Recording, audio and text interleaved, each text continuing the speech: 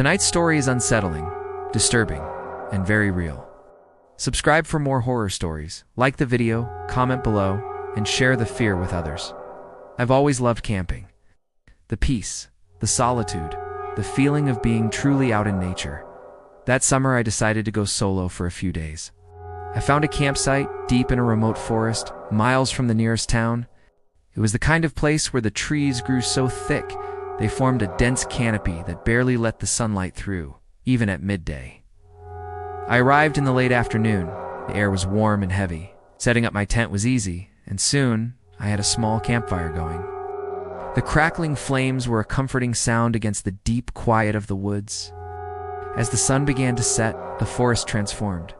Shadows stretched like long, dark fingers, and a chill settled in the air. By nightfall, it was just me and the darkness, surrounded by the usual sounds of nature, the rustle of leaves, the hoot of a distant owl, and the gentle whisper of the wind.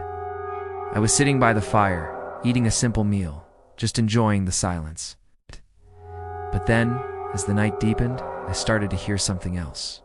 At first it was faint, a low, indistinct whispering that seemed to come from the trees themselves.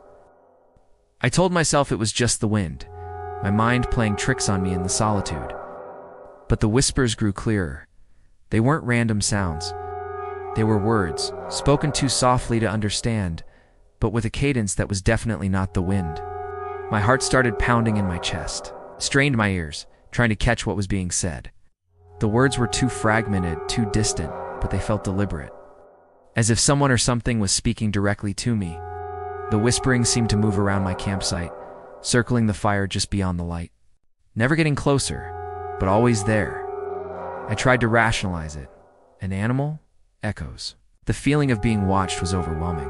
I decided to call it a night, hoping that being inside the tent would block it out. I zipped myself into my sleeping bag, but the whispers didn't stop. They continued, soft and persistent, sounding like they were right outside the thin fabric of my shelter. I lay there for hours, eyes wide open, listening.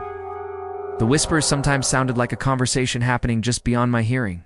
I could feel a presence, something unseen, lingering right on the edge of my perception.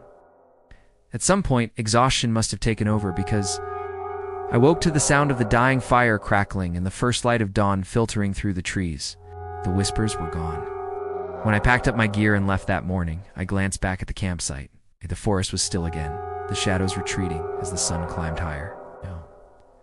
I tried to convince myself it was all in my head, a product of solitude and the strange acoustics of the woods. But every time I camp alone now, I remember that night. And I remember the whispering that never truly left me. The flickering light of my headlamp cut a tiny circle in the suffocating darkness of the woods. I'd set up my solo camp hours ago, feeling a sense of peace as the sun dipped below the trees. But now, with the moon hidden by a thick blanket of clouds, that peace had evaporated. It was replaced by a gnawing primal fear, started with a whisper, a sound like leaves skittering across the ground, but there was no wind. The air was heavy, still, and unnervingly silent. I told myself it was just an animal, a squirrel or a raccoon.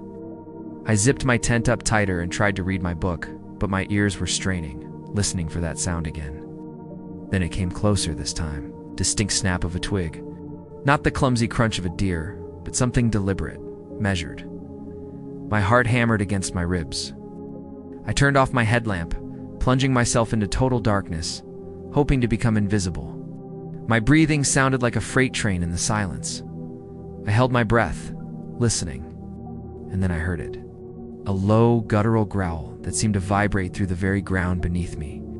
It wasn't any animal I recognized from my years of camping. This sound was ancient, filled with a hunger and a malice that made the hair on my arms stand up. Panic seized me. My mind raced, trying to identify the source. A bear? A wolf pack? No, this felt different, felt intelligent. The growl was followed by a scraping sound against the outside of my tent. A long, slow drag like claws being drawn down the fabric just inches from my face. I scrambled to the back of the small tent, pressing myself against the far wall, my hand clamped over my mouth to stifle a scream. Every horror movie I'd ever seen played through my mind. I was utterly alone, miles from the nearest road, with no cell service. No one would hear me. The The scraping stopped. The silence that followed was even more terrifying. Was it gone, or was it waiting? I stayed frozen for what felt like an eternity, every muscle in my body screaming with tension. Then, I heard a new sound. A soft, wet breathing, right outside the mesh window of my tent. I couldn't help it. I had to look. My hand trembled as I slowly, agonizingly lifted a corner of the rainfly. In the faint ambient light that filtered through the clouds, I saw a shape. It was tall, impossibly thin, and hunched over. It was blacker than the surrounding night, a void in the darkness. As I watched, a long, pale hand with fingers like sharpened sticks reached out and gently tapped the tent. I dropped the rainfly and squeezed my eyes shut, a choked sob escaping my lips. It knew I was in here. It was toying with me. I spent the rest of the night huddled in a ball, listening to the thing circle my tent, sometimes growling, sometimes making a clicking sound with its throat, sometimes just breathing. I didn't sleep. I just waited for the tent to be ripped open. But as the first hints of dawn began to lighten the sky, the sounds faded. Slowly, cautiously, the forest came back to life with the chirping of birds. When the sun was fully up, I ripped open my tent and ran. I didn't pack anything. I just ran until the trees gave way to the familiar sight of my car. Never been back to those woods. Some nights when the world is quiet, I can still hear that breathing just outside my window. I went camping in late autumn, right at the tail end of the season.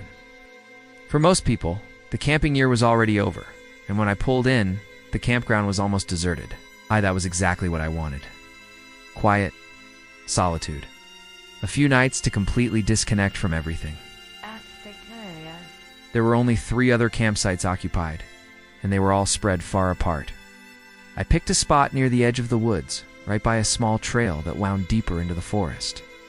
The ranger station was a few miles away, and my phone had 0 bars. It's perfect isolation. By the time I had my tent up and everything set, the sun was already starting to dip below the horizon. The forest got dark fast, and a chill settled in the air, forcing me to pull on a jacket. I got a fire going and sat next to it, just listening to the sound of the wind whispering through the trees. As true night fell, the campground became unnaturally quiet. I mean, completely silent.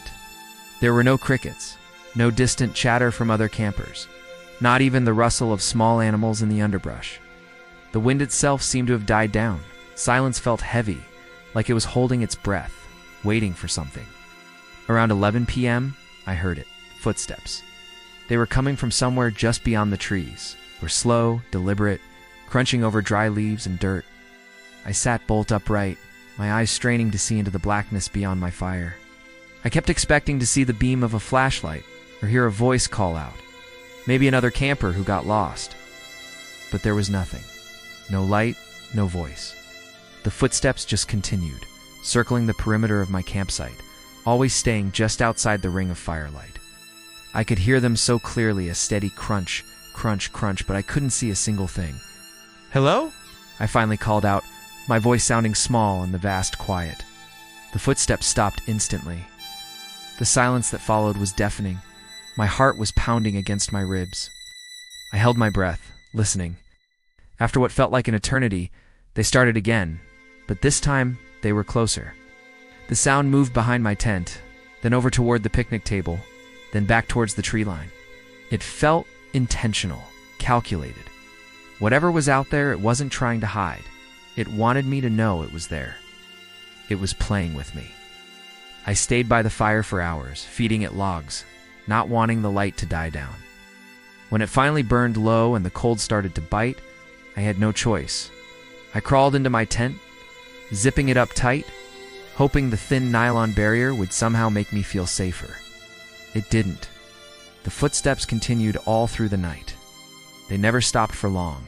Sometimes they were slow, like someone pacing back and forth, thinking.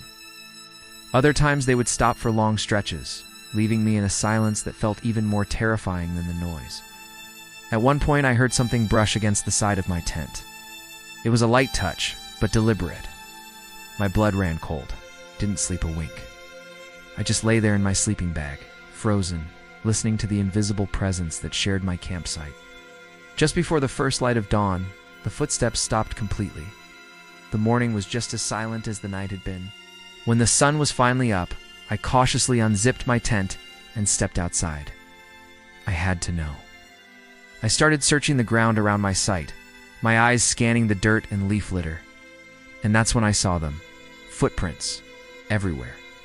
Human-looking footprints. They circled the campsite over and over again. They were pressed deep into the dirt, overlapping in places where the walker had paced the same path repeatedly. They went around my tent, around the fire pit, to the edge of the woods and back. But they didn't lead anywhere. There were no tracks coming from the forest trail. There were no tracks leaving the campsite. They just appeared out of nowhere, circled my site all night, and then ended. As if the person who made them had simply vanished into thin air. I packed up my gear faster than I ever have in my life. I didn't even make coffee. I just threw everything in the car and drove. On my way out, I stopped at the ranger station. I had to tell someone. The ranger, an older guy with a weathered face, listened patiently as I told him my story. He didn't interrupt, just nodded along. When I finished, he asked me, "Which campsite were you in?" I told him the site number. His expression immediately changed. He looked at me with a strange mix of pity and something else I couldn't quite read. "That site's been closed for years," he said, his voice low. "We had to shut it down. Too many people kept reporting the same thing, someone walking around their tents all night." I stared at him, a chill crawling up my spine that had nothing to do with the autumn air. "Did you ever find out who it was?" I asked. He just slowly shook his head. "Nope. Never found anyone. Never found a trace."